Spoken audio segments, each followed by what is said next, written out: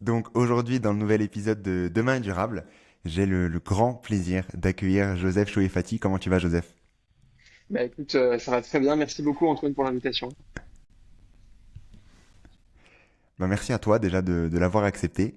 Merci de prendre le temps aujourd'hui de parler d'un sujet qui est très très très important, à savoir la finance au global. On va parler surtout d'investissement aujourd'hui, d'investissement responsable, vu que tu as créé Goodvest il y a quelques temps maintenant. On va bien entendu en parler, comprendre l'investissement, comprendre qu'est-ce qui se cache derrière les fonds un peu plus durables, les fonds aussi non durables, qu'est-ce qui se cache aussi derrière cela, comment est-ce qu'on peut éviter le greenwashing et investir aussi son argent et plus globalement comment est-ce qu'on peut aider à améliorer la situation avec son argent.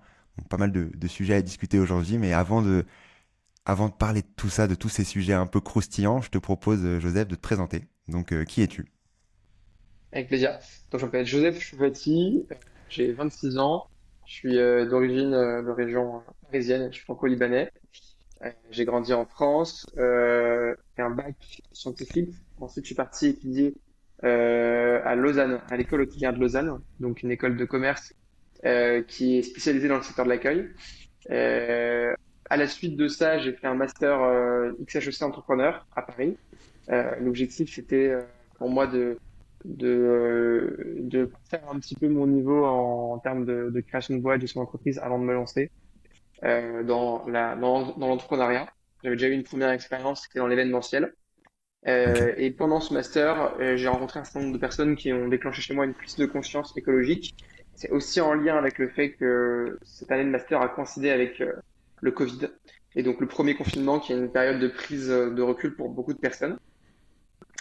Et c'est à ce moment-là donc que l'idée de Goodvest est née, en me rendant compte en fait et en partant d'un cas personnel qui était la volonté d'investir mon épargne de manière durable, que c'était en fait extrêmement complexe de le faire sans tomber dans du greenwashing, parce que aujourd'hui les labels qu'il y a en place ou les fonds qui sont proposés sur le marché sont majoritairement pas aussi verts qu'on l'aimerait en tant qu'épargnant. Et c'est un véritable travail de fourmi. On pourra revenir sur la méthodologie, etc. plus tard. Mm. Et c'est un véritable travail de fourmi pour un épargnant de comprendre si un fonds qui est présenté comme durable l'est vraiment. Ça demande une véritable expertise, de l'accès à des bases de données euh, qui sont très souvent payantes et chères, d'accéder également aux inventaires des sociétés de gestion, ce qui est parfois compliqué également. Il y a un vrai travail d'analyse financier et extra-financier et le travail d'une équipe de gestion, en fait, que tous les particuliers ne peuvent pas, bien sûr, se payer et que c'est pour ça qu'avoir une solution qui le fait à leur place, c'est assez intéressant et c'est pour ça qu'on a créé Goodvest. Bon, on va directement rentrer dans le vif du sujet, du coup. Euh, Il y a un chiffre qui est longtemps ressorti et qui, euh, euh, qui m'a longtemps intéressé. Quand j'ai commencé le podcast il y a 3 ans et quelques, je crois que j'avais vu ce chiffre-là 6 mois après avoir démarré le podcast. J'étais pas au courant de l'impact de la finance à l'époque avant de démarrer le podcast. Donc, je prends juste l'information. Donc, selon l'Oxfam, donc un portefeuille d'épargne au global traditionnel qui contient 25 000 euros de produits, euh, il va produire 11 tonnes de CO2 par an. Donc ça, c'est 11 tonnes de CO2 quand on sait que on émet en tant que Français 10 tonnes de CO2 par an. L'épargne va rajouter 11 tonnes par an, donc on va doubler nos émissions rien qu'avec notre argent. Si on a 25 000 euros, bon, vous imaginez, ensuite vous faites le prorata en fonction de ce que vous avez. Euh, Pourquoi ce chiffre? Alors, ce chiffre, c'est lié principalement au compte bancaire, plus qu'au livret d'épargne ou aux assurances vie. Euh, Ok. c'est en fait, le bilan de la banque qui est rapporté au dépôt détenu par les particuliers. C'est parce qu'aujourd'hui, les grandes banques financent massivement, mais vraiment de manière très très très conséquente encore, l'industrie des énergies fossiles. On parle pas de millions, de centaines de millions, de milliards, ni même de dizaines de milliards, mais de centaines, voire milliers de milliards qui ont été alloués au secteur des énergies fossiles depuis l'accord de Paris par les banques françaises et européennes et mondiales, mais on parle déjà de milliers de milliards à l'échelle européenne. Donc c'est des sommes qui sont considérables et bien sûr il y a une responsabilité en tant que client de ces banques. Si ces banques n'avaient pas de clients, n'avaient pas de dépôt, bah, elles pourraient pas autant-financer. Euh, donc Mm. c'est en calculant comme ça que l'Oxfam arrive à ce chiffre. Alors nous, on parle de ce chiffre parfois, bien sûr, mais on parle aussi directement de l'impact des fonds, parce que c'est une partie qui nous Ouais. forcément concerne un peu plus chez Goodvest, parce que lorsqu'on investit son épargne, bah là aussi on a un impact, plus direct même, hein, parce que c'est pas uniquement en soutenant le bilan d'une banque, mais directement en investissant dans un fonds, donc en finançant une entreprise, que ce soit de manière directe si c'est du côté ou de manière indirecte si c'est du côté, et via des actions ou bien des obligations. Euh, et ben là aussi, on a une part de responsabilité dans les émissions de CO2 d'une entreprise ou d'un projet qui est financé. Et là, ça peut varier, bien sûr, en fonction de ce qu'on met dedans. Et donc, on peut choisir d'avoir un fonds qui va être compatible avec l'accord de Paris, qui va exclure les énergies fossiles, ou bien on peut choisir d'acheter des actions Total Energies encore pire, d'acheter des obligations Total Energies et donc de financer directement des projets euh, d'expansion dans l'industrie pétrolière. Euh, et donc, ça, c'est un point qui est important. Et encore pire que ça, j'ai envie de dire, parce que là, on parle pas forcément de comptes bancaires qui se revendiquent comme verts. Mm. Euh, Il y a énormément de greenwashing, bon, qui est fait par les banques en général, mais aussi par certains fonds d'investissement ou par des acteurs qui proposent des solutions d'investissement qui en fait se revendiquent comme verts, mais qui investissent dans les énergies fossiles également. Euh, je prends deux chiffres pour illustrer ça. Aujourd'hui, il y a plus de 80% des fonds labellisés ISR. Donc le label ISR, ISR c'est pour investissement socialement responsable. C'est le principal label en France, qui est un label de l'État français, euh, et qui d'ailleurs est très contesté, y compris par les professionnels, et qui est en train d'être réorganisé, mais ça traîne, et puis on n'arrête pas de faire un pas en avant, deux pas en arrière, notamment sur l'exclusion des énergies fossiles. Mais toujours est-il qu'aujourd'hui, plus de 80% des fonds labellisés ISR investissent dans les énergies fossiles. Ce qui est très surprenant, ce qui est très conséquent, et en plus ce chiffre est en Ouais, c'est augmentation. énorme. Euh, donc on va pas dans la bonne direction. Un autre chiffre qui a été publié par la Banque de France au printemps dernier révèle qu'en fait, si on choisit un fonds labellisé ISR au hasard, on a 47% de chance, donc une chance sur deux, on va dire, que ce fonds labellisé ISR soit même moins vert et plus carboné qu'un fonds non labellisé ISR. Donc Ok. voilà, en tant que Mm. particulier, bah, c'est un peu la claque que je me suis prise euh, pendant le premier confinement quand j'ai voulu investir mon épargne et que je me suis basé entre autres sur les fonds labellisés ISR. En fait, c'est quasiment impossible de juger la durabilité d'un fonds et d'en être certain avec ce label et avec un certain nombre de labels d'ailleurs. Euh, et, euh, et donc il y a des solutions heureusement. Euh, il faut regarder si le fonds va exclure les énergies fossiles et quelles énergies fossiles il va exclure. Est-ce qu'il va exclure toutes les énergies fossiles? Est-ce qu'il va exclure uniquement le charbon?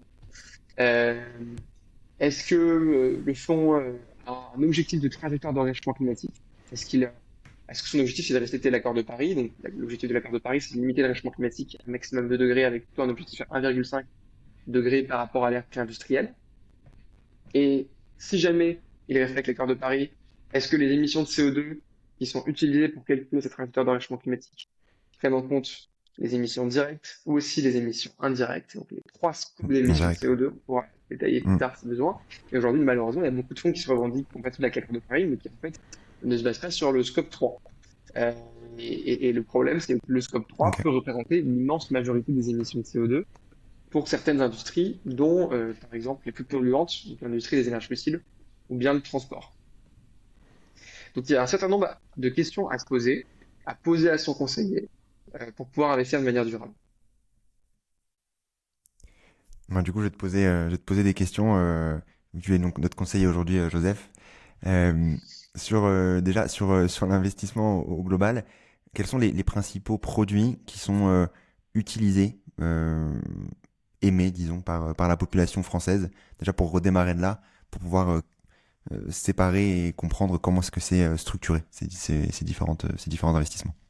Bien sûr. Alors si on prend un peu la pyramide de l'investissement qu'on voit souvent dans les cours de finance ou dans les cours de gestion de patrimoine, euh, le premier étage, va être l'épargne de précaution. Donc, avant de commencer à investir en assurance vie, en épargne retraite, en immobilier ou autre chose, il faut avoir un matelas de sécurité et qui va très souvent en fait correspondre au livret des donc livret A, livret de développement durable et solidaire LDS, pas forcément beaucoup plus vert que le livret A, pour en parler plus tard si besoin. D'autres livrets qui existent, Mm. qui sont proposés par exemple par des banques vertes ou néobanques vertes comme la Nef ou bien Helios. Euh, et donc, ces livrets sont souvent garantis en capital et offrent un rendement qui est bas, inférieur à l'inflation, mais qui permettent en fait de faire face à des coups durs en cas de perte d'emploi, en cas de besoin de trésorerie immédiat, pour éviter d'avoir à puiser dans des investissements qui sont plus long terme, comme par exemple l'assurance vie, qui va être un peu le couteau suisse de l'investissement. Pour donner des chiffres, donc le livret A, ça représente 500 milliards d'euros d'investissement en France, environ. Ok. Et l'assurance vie, c'est 2000 milliards. Donc c'est 4 fois le livret A. Donc c'est Ok. vraiment l'enveloppe préférée des Français. Euh, c'est euh, euh, c'est plusieurs dizaines de millions de contrats. On est entre 40 et 50 millions. Euh, donc c'est vraiment un peu la base de l'investissement. On dit que c'est un couteau suisse parce qu'en fait l'assurance vie, elle a plein d'avantages. Elle est liquide, entièrement liquide. On peut faire un retrait du jour au lendemain. Elle est avantageuse fiscalement à partir de 8 ans. Mais avant 8 ans, il n'y a pas de sanction fiscale, c'est juste qu'on ne bénéficie pas des avantages fiscaux. Elle est accessible pour des sommes très faibles. On a des contrats d'assurance vie, par exemple chez Goodvest, le minimum d'investissement il est de 300 euros. Donc c'est accessible à Mm. toutes et à tous. Euh, c'est accessible aussi bien pour les mineurs que pour les retraités. Euh, et donc c'est un peu le plus suisse de l'épargne. Et en fait, dans l'assurance vie, on peut mettre beaucoup de choses différentes. Il y a deux compartiments. Ok. Il y a les fonds en euros, qui euh, sont des fonds qui sont proposés par les assureurs et ils sont très souvent en capital garanti ou quasiment garantis. Euh, et donc, ils sont intéressants, qui ont des rendements qui vont être similaires à ceux des livrets, mais qui, tout comme les livrets d'ailleurs, hein, ont une très forte opacité et donc ne permettent pas d'être certain qu'on exclut les énergies fossiles, par exemple. Et donc, on n'en a pas chez Goodvest, pour Ok. cette raison-là. Euh, il y a un autre compartiment qui est beaucoup plus large, qu'on appelle les unités de compte, et qui va être composé de là, plein de types de supports différents. On peut trouver des actions, donc des parts d'entreprise, des obligations, qui sont des prêts qu'on va faire pour financer des projets auprès d'entreprises ou auprès d'États. On va y retrouver des SCI, donc c'est de l'immobilier, euh, des SCPI, on peut y retrouver euh, des fonds, euh, des ETF, qui sont des fonds qui vont impliquer les indices. Donc en fait, cette partie des unités de compte permet de faire énormément de choses différentes avec des niveaux de risque très différents. On peut avoir des fonds qui vont être euh, extrêmement prudents et où il y a quasiment pas de volatilité, donc de risque de perte, qui vont être du monétaire ou du quasi-monétaire. Euh, donc ça veut dire qu'on va investir sur des devises ou des obligations à très court terme. Et donc forcément, qui dit prêt Ok. à très courte duration dit moins de risque et moins de volatilité. Euh, et on peut investir dans des actions qui vont avoir, là pour le coup, des perspectives de rendement beaucoup plus importantes, mais aussi des risques de perte. Et en fait, pour chacune de ces classes d'actifs, on peut choisir en fait d'inclure ces valeurs et d'investir de manière plus durable. Dans l'immobilier, on peut choisir d'investir dans des SCI ou des SCPI qui vont améliorer l'isolation des bâtiments, faire attention à ne pas augmenter l'empreinte que ces bâtiments ont au sol en faisant par exemple du recyclage urbain, changer des bâtiments qui sont rénover des bâtiments qui sont aujourd'hui laissés à l'abandon plutôt qu'en construire des nouveaux qui vont détruire par exemple des forêts. Donc on peut faire de l'investissement responsable en immobilier. On peut le faire également en finançant des obligations durables. Par exemple, chez Goodvest, une des obligations qu'on va retrouver, ça va être le financement du Grand Paris. Donc on va contribuer en fait à la décarbonation de la mobilité en Île-de-France. Euh, c'est vraiment du concret. On va avoir des actions où là on peut avoir des entreprises vraiment à différents stades de maturité. On peut investir dans le leader européen des énergies renouvelables, mais on peut aussi financer les cafés joyeux qu'on peut retrouver au coin de sa rue, qui vont, en plus d'avoir un impact environnemental qui est limité, mais aussi avoir un impact social faisant de l'inclusion de personnes qui sont atteintes de trisomie. Donc voilà, il y a en fait son épargne, c'est pas forcément vu comme tel parce que on a peu de transparence aujourd'hui de manière générale sur la manière dans laquelle elle est investie, mais c'est une manière d'agir en tant que citoyen et surtout c'est une manière d'avoir un impact considérable. Parce que comme tu le disais au début, on est sur 11 tonnes de Mm. CO2 pour l'impact moyen d'un compte bancaire. Sur l'impact d'une assurance vie ou d'un livret, on peut être sur des ordres de grandeur qui sont similaires, en mieux comme en pire. Mais surtout, on peut financer des activités Ouais. qui vont, en plus d'avoir une empreinte carbone limitée, permettre d'éviter d'autres émissions de CO2 en finançant des projets dans les énergies renouvelables, dans la mobilité bas carbone ou dans l'immobilier durable également. Ça représente une grosse partie de notre bilan carbone, hein. L'immobilier, faut pas l'oublier. La construction, c'est une grosse partie des émissions de CO2 à l'échelle de la planète Terre. Si je reviens du coup sur ces différents fonds avant de décortiquer tout ça et de comprendre comment est-ce que vous faites, vous, pour aller chercher disons, les, les bons actifs, euh, quand tu parlais juste avant de label, label ISR, on a le label ESG aussi, du coup, qui vont, entre guillemets, nous dire, ok, ben, foncez si vous avez ces fonds qui ont ces labels-là. Euh, Comment est-ce qu'on a pu se retrouver dans une situation comme ça où, comme tu disais tes chiffres avant, on a une chance sur deux potentiellement de se tromper et 80% qui financent du fossile. Comment est-ce qu'on peut se retrouver avec ça en fait? Où est le bug qui a pu permettre ça? Et comment est-ce que vous faites ensuite pour analyser j'imagine que vous devez peut-être potentiellement aussi vous aider d'actifs qui sont labellisés ISR, mais il faut aller creuser. Enfin, comment ça se passe sur ça? Alors, comment est-ce qu'on a pu se retrouver dans cette situation? Alors déjà, juste petite correction, si tu me permets, Antoine. Il n'y a pas de Mm. label ESG. ESG, c'est juste une appellation pour environnement, social et gouvernance. Et donc, ça permet de noter un fonds ou une action ou une obligation même, hein, sur ces trois critères, mais il n'y a pas de label ESG. Contrairement à ISR, c'est pour ça que la confusion existe. Où en fait, l'ISR veut dire deux choses. Tu viens de me Investissement corriger. socialement, voilà. Investissement socialement responsable, un peu comme ESG, mais il y a aussi un label ISR. Donc il y a les deux pour l'investissement socialement responsable. Pour l'ESG, c'est que ESG. Comment est-ce qu'on arrive dans cette situation-là? Il y a plusieurs explications possibles. Déjà, le fait que le label ISR, ça commence à être un vieux label. Bon, vieux, tout est relatif, hein, mais il commence à faire quelques années. Euh, l'urgence climatique n'était pas enfin, en tout cas, la prise de conscience sur l'urgence climatique n'était pas la même il y a presque 7-8 ans pour le label ISR. Et aujourd'hui, voilà, on n'est pas au même niveau dans le débat public sur le sujet, ni dans les actions qui sont prises en compte par les entreprises, ni sur la dénonciation du greenwashing, qui était quand même beaucoup plus rare à l'époque qu'aujourd'hui. Ou à l'époque, aujourd'hui, on pouvait dire à peu près ce qu'on voulait. Euh, et aujourd'hui, si une entreprise, heureusement d'ailleurs, fait du greenwashing, il y a une forte probabilité qu'elle se fasse critiquer. Euh, donc, il y a la temporalité qui est différente. Il y a le fait que aussi, c'est des domaines, notamment le domaine de la finance et des entreprises où il y a d'énormes lobbies qui font une pression monstre sur notamment ces labels. Et là, par exemple, pour donner un exemple très concret et dénoncer un petit peu aussi ce qui se passe, on a la refonte du label ISR qui est en cours depuis je pense que ça fait à peu près 2 ans, parce que ça fait à peu près la création de Goodvest qu'on parle de cette refonte de la BLISR. Il y avait un comité qui était en charge de la refonte de ce label ISR qui suggérait d'exclure euh, une partie significative des énergies fossiles des fonds labellisés ISR. Et Bercy, donc merci Bruno Le Maire, est en train de faire un pas en arrière à ce sujet.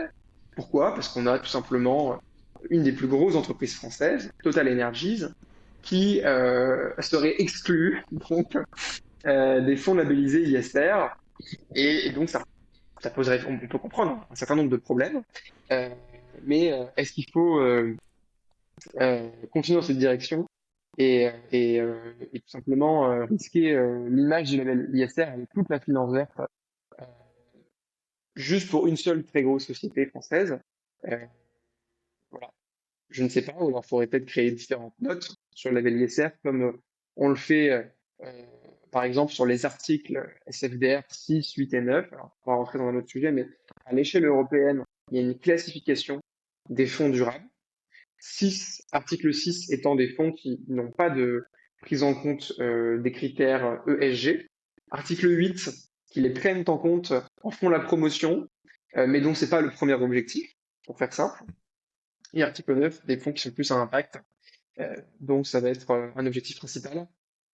Et là, on est sur les fonds qui, entre guillemets, sont les fonds super green, hein. En tout cas, les fonds qui sont plus green que les fonds labellisés ISR, euh, au sens large.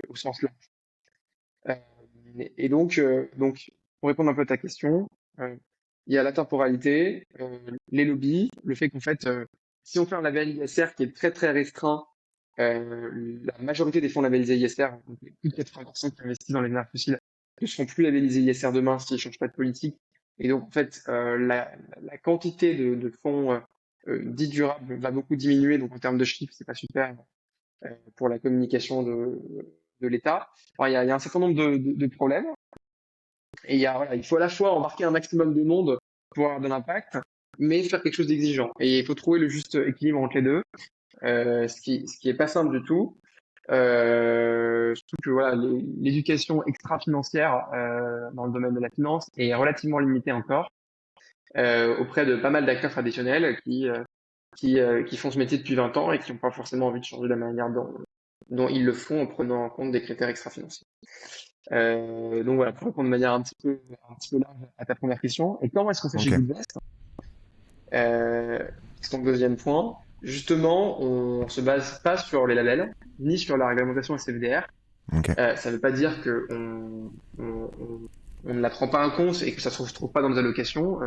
Le résultat, c'est que 100% de nos fonds sont articles 8 et 9 chez Goodvest et que 100% sont labellisés ou alors en cours de labellisation. Euh, mais c'est pas notre critère principal. On a analysé un peu plus d'un millier de fonds d'investissement dits durables chez Goodvest, donc qui ont des revendications durables Ok. qui sont SFDR 8 ou 9 ou labellisés. Et on fonctionne avec une méthodologie en entonnoir. Le premier filtre, ça va être l'exclusion sectorielle des secteurs néfastes. Donc on exclut un certain nombre de secteurs, dont le secteur des énergies fossiles, Ok. charbon, pétrole et gaz. On exclut d'autres secteurs pour des raisons environnementales, mais pas seulement, aussi pour des raisons éthiques. On va exclure par exemple le tabac, le divertissement pour adultes, les entreprises qui violent le pacte des Nations Unies et l'armement. Ça exclut à peu près 80% des fonds durables. Ensuite, on a un deuxième filtre qui va être l'analyse de l'empreinte carbone sur les trois scopes d'émissions de CO2, donc sur les émissions directes et indirectes, de tous les sous-jacents des fonds Ça, ça, d'investissement. ça veut, ok.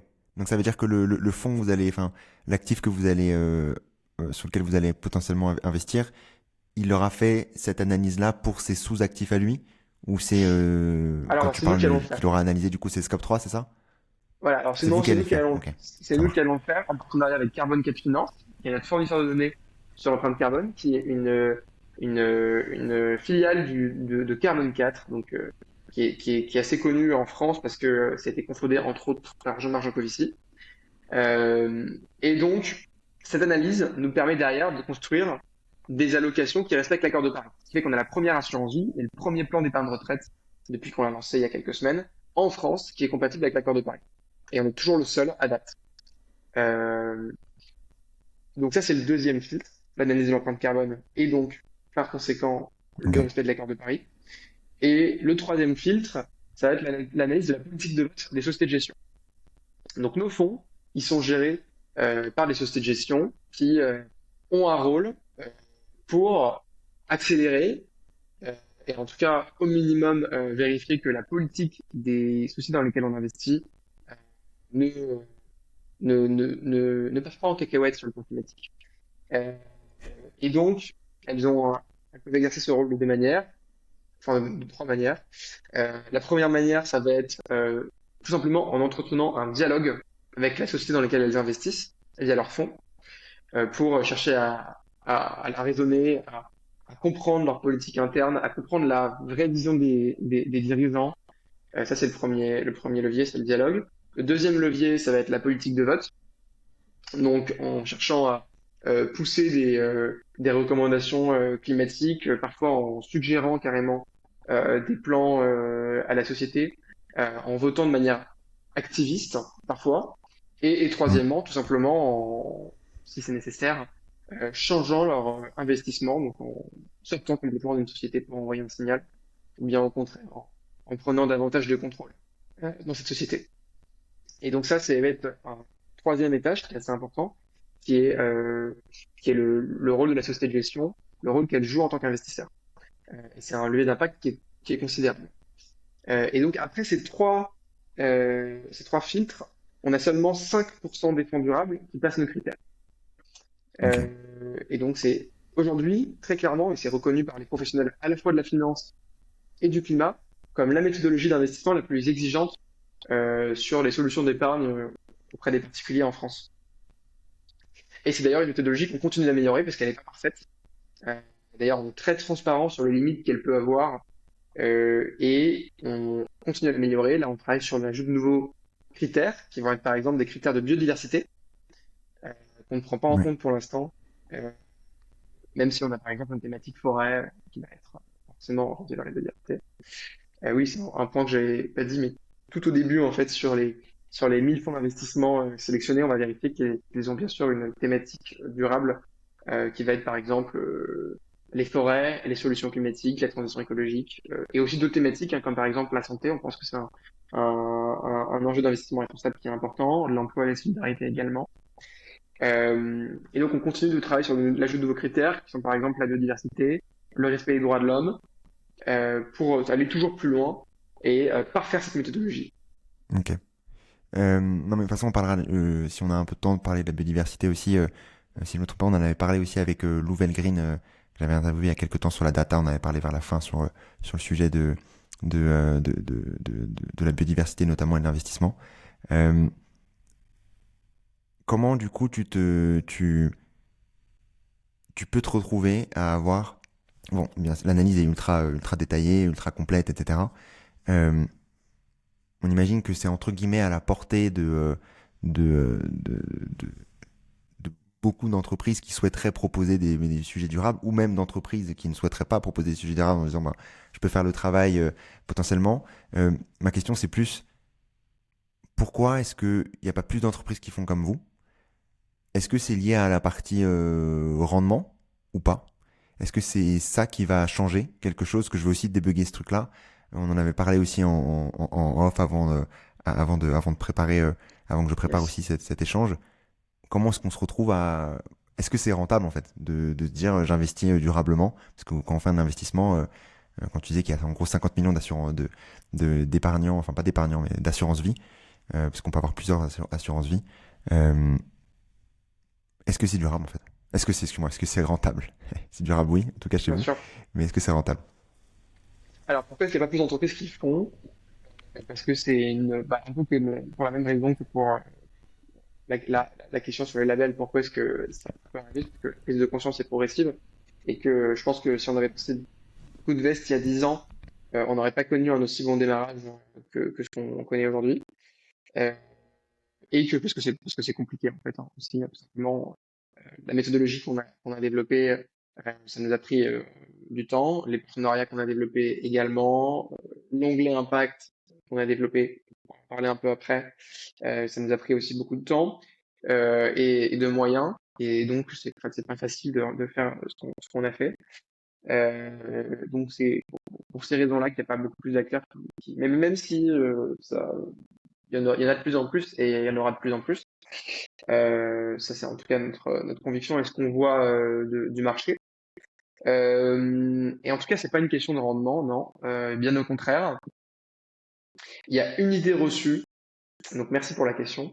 Il y a une idée reçue comme quoi l'investissement responsable rapporterait moins. Et en fait, c'est complètement faux. C'est montré par un tas d'études. Euh, Investir de manière durable sur le long terme, c'est créer de la surperformance. C'est pas moi qui le dis, hein, c'est un certain nombre d'études. Et qui peuvent être assez facilement trouvées sur Internet. D'ailleurs, y compris des méta-analyses de l'université d'Oxford qui rassemblent des centaines d'études différentes. qui montrent que dans l'immense majorité des cas, ça crée de la surperformance. Et ça s'explique de manière assez simple en fait. Premièrement, avec la prise de conscience écologique, les entreprises et les États qui font des appels d'offres, et d'ailleurs les consommateurs en achetant également, prennent de plus en plus en compte le critère environnemental. Donc une entreprise euh, qui ne respecte pas les cahiers des charges perd des appels d'offres auprès de l'État, auprès des entreprises et également auprès des particuliers, parce qu'il y a de plus en plus de particuliers qui prennent en compte des critères durables dans leurs achats. D'ailleurs, c'est pour ça que les annonceurs mettent autant en avant les critères environnementaux.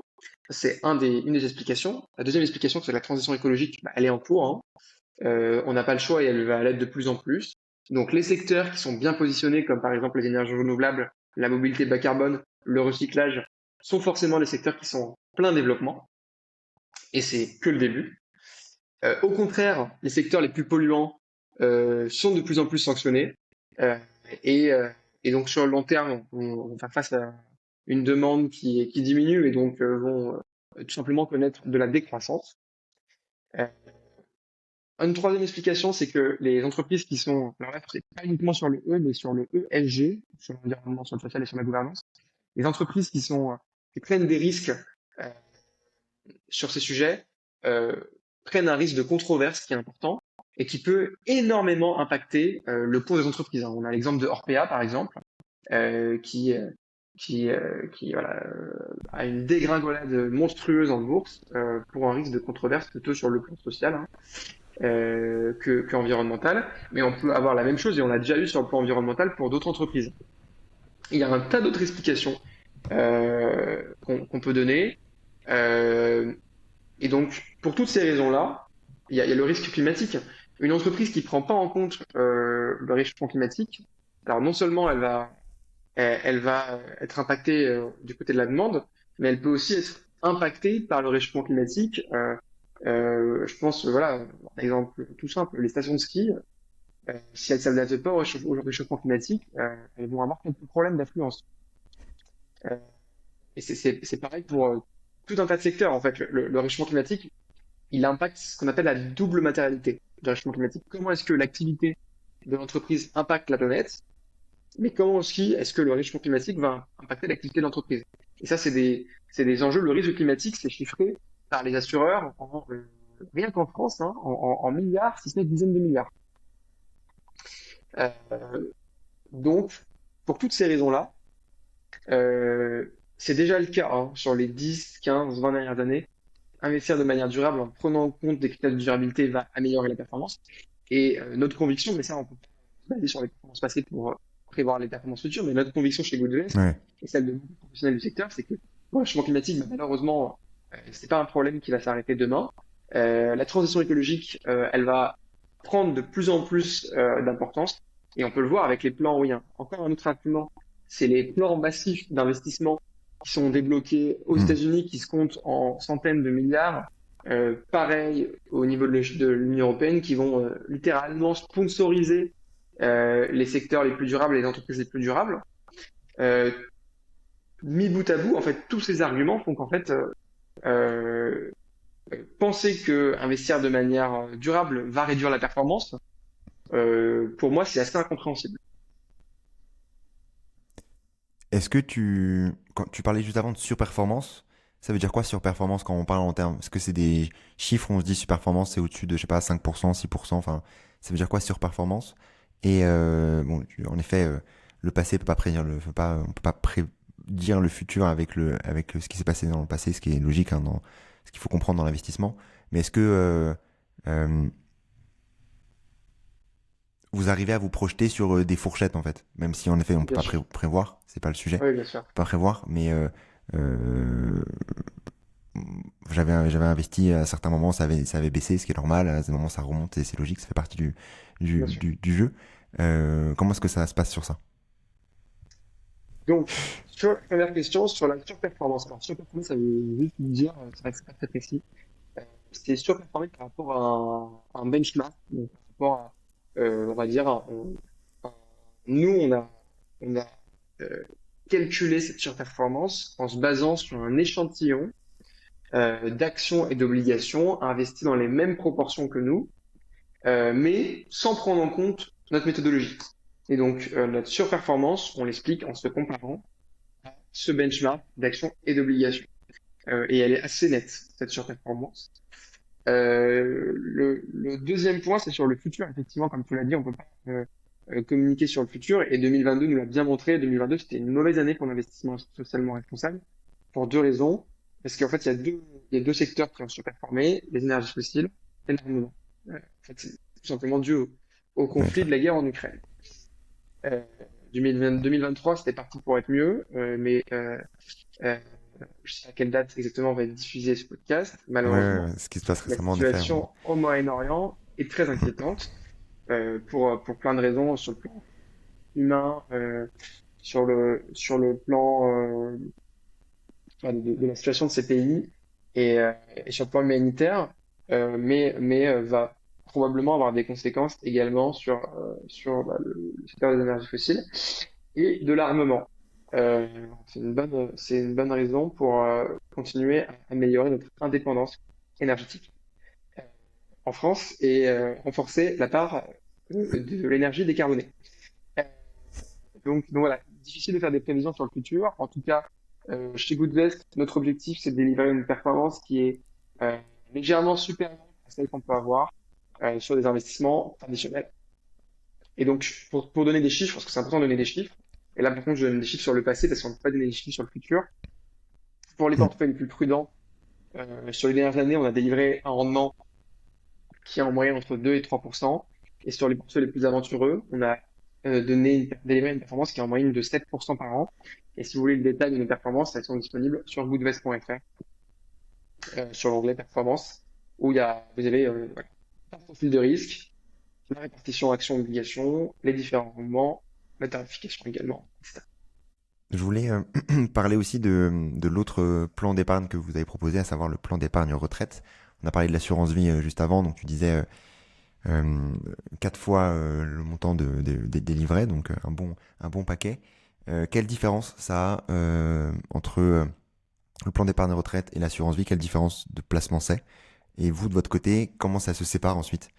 Un plan d'épargne retraite, comment est-ce que vous allez analyser j'imagine que vous avez un peu votre même critère d'analyse, mais comment est-ce que c'est séparé? Tu parlais avant des fonds euros, donc ça vous n'utilisez pas, avec ensuite des actions, des obligations, etc.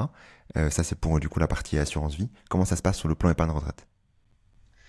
Alors, sur le plan d'épargne retraite, il y a trois choses qui vont différer. Euh, Ça va être, déjà la sélection est exactement la même, hein, notre méthodologie est la même. Les trois différences Hmm. qui vont être principalement pour l'épargnant, elles vont pas être de notre côté. La première différence, c'est que la fiscalité est différente sur le plan d'épargne retraite. Contrairement à l'assurance vie où l'avantage fiscal est en fin d'investissement, le plan d'épargne retraite permet de déduire de ses revenus imposables le montant qui est versé sur le plan d'épargne retraite. Non, il y a des plafonds, hein, ça dépend de votre imposition, mais il y a un avantage fiscal en fait qui permet de réduire ses impôts au moment de la souscription du PER, hein. Donc c'est un avantage qui est très tangible et immédiat. Ce qui motive, l'objectif c'est de motiver en fait, les particuliers, les épargnants à préparer leur retraite, hein. Donc, c'est un bel avantage fiscal Hmm. qui a été rendu possible avec ce produit. Donc ça c'est la première différence, la fiscalité. La deuxième différence, c'est la liquidité. Contrairement à l'assurance vie, on peut faire un retrait très facilement, très rapidement. Sur le plan d'épargne retraite, l'épargne est bloquée jusqu'à la retraite ou, dans certains cas, lors de certains événements, comme par exemple l'achat d'une résidence principale. Il y a également quelques autres motifs qui sont plus rares, que vous pouvez trouver assez facilement sur Internet. Euh, et la troisième différence, là, qui nous concerne chez Pivot sur la gestion, c'est que contrairement à l'assurance vie où le profil de risque, il est constant, même si vous avez la possibilité de le modifier à tout moment, en passant d'un profil de risque plus prudent à plus aventureux, si votre situation personnelle évolue, il ne faut pas faire ces changements en fonction de l'évolution des marchés, ou plutôt en fonction de l'évolution de votre situation personnelle, Hmm. parce que c'est à nous de le faire en fonction des marchés, en fait, vu qu'on a une gestion pilotée. Sur la gestion du plan d'épargne retraite, en fait, on va sécuriser, réduire le risque de votre portefeuille au fur et à mesure de l'approche de la retraite. Parce que quand vous avez si vous êtes un jeune actif, que vous avez, on va dire, une trentaine d'années, votre horizon de retraite est forcément très long. On parle de 30 ans, voire plus si on prend en compte également la sortie en rente, et donc le fait de garder votre plan d'épargne retraite après la retraite, mais en, tout simplement euh, vous versant une rente mensuelle pour pouvoir vous permettre de subvenir à vos besoins parce que vous n'êtes plus salarié. Nous, on va réduire le risque à l'approche de cette retraite. On va prendre un risque qui est plus important au début parce que l'horizon d'investissement est long. Et plus l'horizon d'investissement est long, plus on peut se permettre d'aller chercher un rendement important et aussi de prendre un risque un peu plus important. Alors que, en revanche, lorsque l'horizon de la retraite est proche, vous allez avoir besoin de vos liquidités de manière plus proche dans le temps, et donc on va avoir besoin d'avoir un risque qui est inférieur. Ok.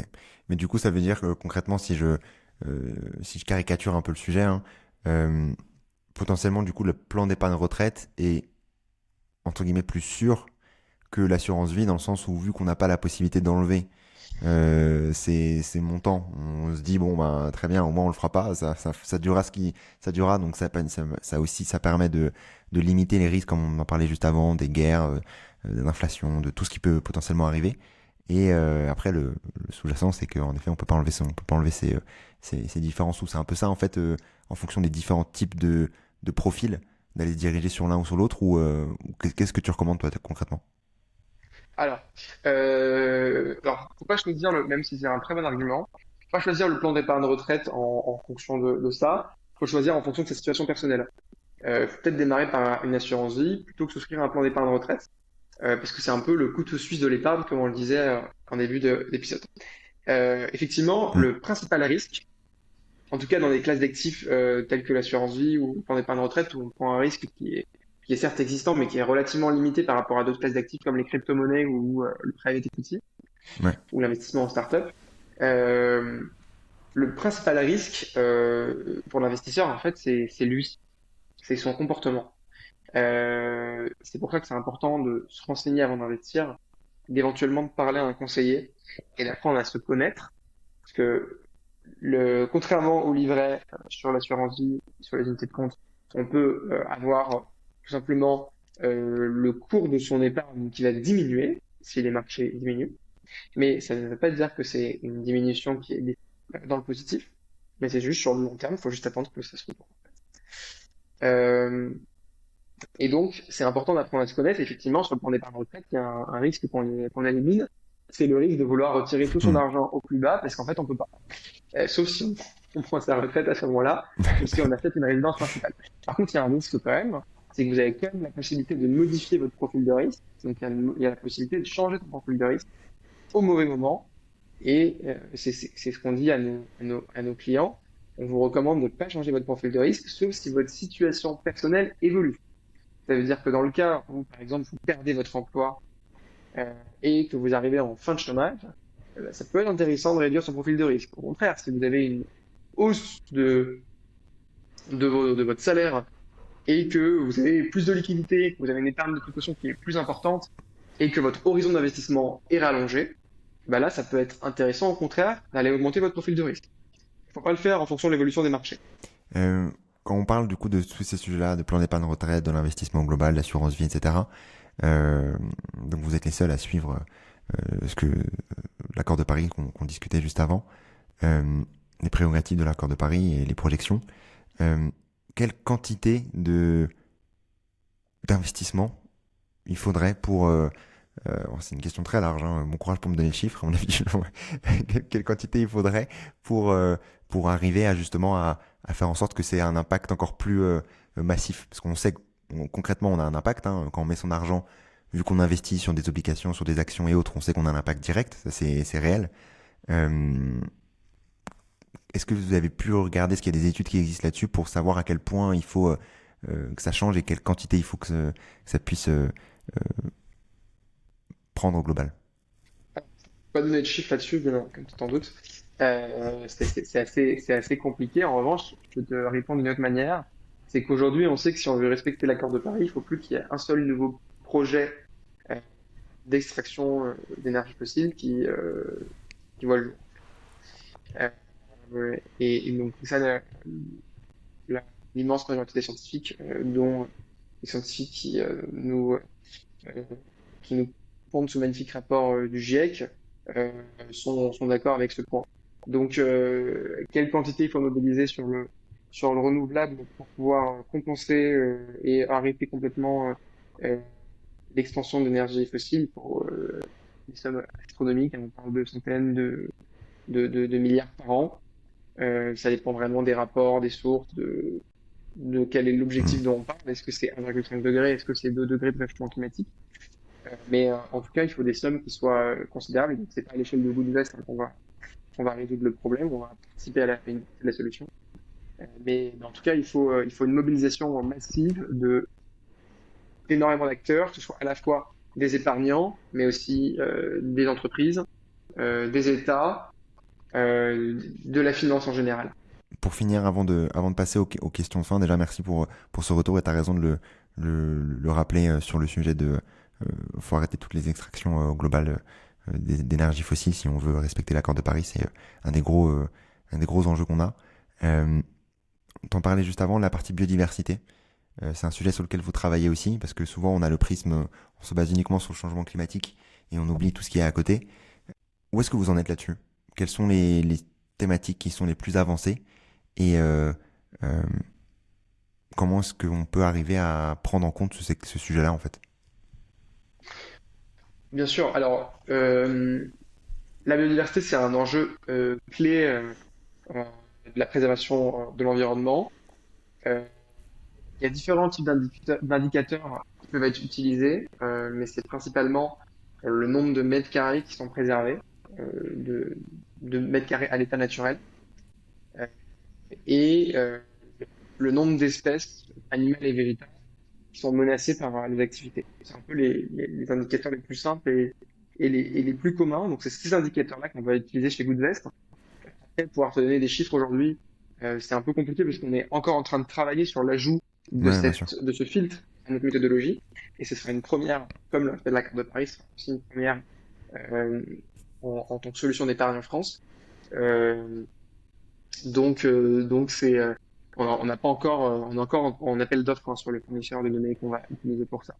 Donc c'est un peu compliqué d'en parler. En tout cas, c'est ces indicateurs-là qu'on souhaiterait mettre à la disposition des clients et leur permettre de comparer par rapport à un portefeuille traditionnel le nombre d'espèces qui ne sont pas menacées et le nombre de mètres carrés à l'état vierge qui sont protégés.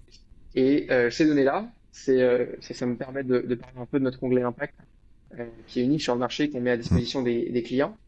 C'est des données qu'on va directement pouvoir mettre à la disposition des particuliers qui investissent chez Pinterest, comme c'est aujourd'hui déjà le cas sur l'empreinte carbone de leur portefeuille, les émissions de CO2 évitées et réduites, la trajectoire de réchauffement climatique et tout un tas de données.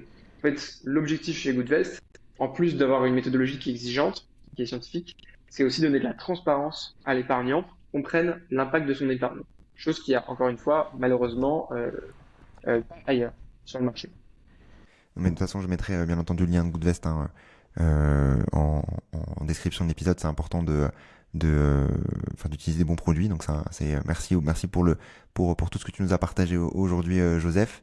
Avec Je plaisir. propose de terminer par les questions de fin, en commençant par un contenu. Est-ce que tu as un contenu à nous partager? Oui, un petit peu de lecture. Les fêtes de fin d'année, Noël arrivent, donc c'est peut-être le bon moment. Il y en a beaucoup qui vont prendre le train et la lecture dans le train, ça fait du bien. Pour prendre un peu de recul sur les écrans sur lesquels on passe beaucoup de temps. Et donc, je vais donner un conseil de lecture qui est un roman qui s'appelle Impact, qui a été écrit par Olivier Norek, qui est un polar qui raconte l'histoire d'un activiste climatique qui entreprend des actions massives à l'échelle de la France et qui est assez réaliste étant donné l'urgence climatique dans laquelle on est et ce qui pourrait peut-être advenir dans les prochaines années. Et donc c'est assez intéressant et c'est assez pour les personnes qui aiment le suspense, c'est assez captivant comme roman. Donc voilà, un conseil de lecture. Merci pour cette reco. Je mettrai le lien. Je vous conseille aussi Siècle bleu de Jean-Pierre Gou, qui est aussi un peu dans les mêmes thématiques, très intéressant. Un petit roman enfin tu remontes deux tomes qui sont aussi très, très, très intéressants. Également, est-ce que tu as une action pour agir dès demain dans le bon sens? Alors oui, on en a parlé beaucoup, hein. Je pense que je vais pas parler d'autre chose que notre sujet de prédilection, c'est l'épargne. Plutôt que vous dire d'investir chez Goodvest, parce que ça, chaque personne va décider en fonction de notre proposition d'investi, si j'ai réussi à être convaincant. Je pense en tout cas une des premières étapes, c'est de regarder un petit peu ce qu'il y a dans son épargne aujourd'hui, où est-ce qu'elle est investie, dans quelle banque je suis, sur quel livret. Si j'ai une assurance vie, dans quel fonds je suis investi. Si j'ai du fonds en euros, ben, essayer de se renseigner sur l'assureur en question. Malheureusement, aujourd'hui, la majorité des fonds euros investissent dans l'énergie fossile. Si j'ai des fonds en unité de compte, bah, sur est-ce que je suis exposé aux énergies fossiles et, euh, et si c'est le cas, peut-être essayer d'arbitrer tout simplement une partie ou la totalité de son épargne pour chercher à la décarboner et donc agir avec les gestes du quotidien, c'est aussi agir via son épargne. Et enfin, est-ce que tu as un ou une invitée que tu recommanderais dans le podcast? Oui, tout à fait. Je recommanderais d'inviter Maëva Courtois, qui est la cofondatrice de la néobanque verte Helios, qui est très engagée à la fois sur la décarbonation des comptes bancaires, mais aussi sur la consommation, parce qu'ils ont lancé une brique très intéressante qui permet aux clients de Helios d'avoir du cashback lorsqu'ils font leurs courses et leurs achats auprès d'acteurs engagés sur le plan climatique, qui est aussi d'ailleurs un partenaire de Goodvest. Euh, et donc, je recommande fortement d'inviter Maëva. Très bien, moi, je la contacterai. Merci beaucoup pour cette recommandation, Joseph. Si on souhaite vous retrouver, comment est-ce qu'on peut le faire? Alors, je pense que le plus simple, c'est de se rendre sur goodvest.fr et éventuellement de nous suivre sur les réseaux sociaux que vous aimez utiliser. On est sur à peu près tous les réseaux sociaux. Et donc, voilà, n'hésitez pas à rentrer en contact avec nous sur les réseaux sociaux. Et très bon contenu partagé par les équipes Goodvest, sans aucun doute, et par Joseph aussi. En tout cas, merci une nouvelle fois, Joseph, pour ton temps. Merci pour tout ce que tu nous as partagé et d'avoir éclairé un peu sur ce secteur bien opaque de l'investissement. Merci beaucoup, Antoine.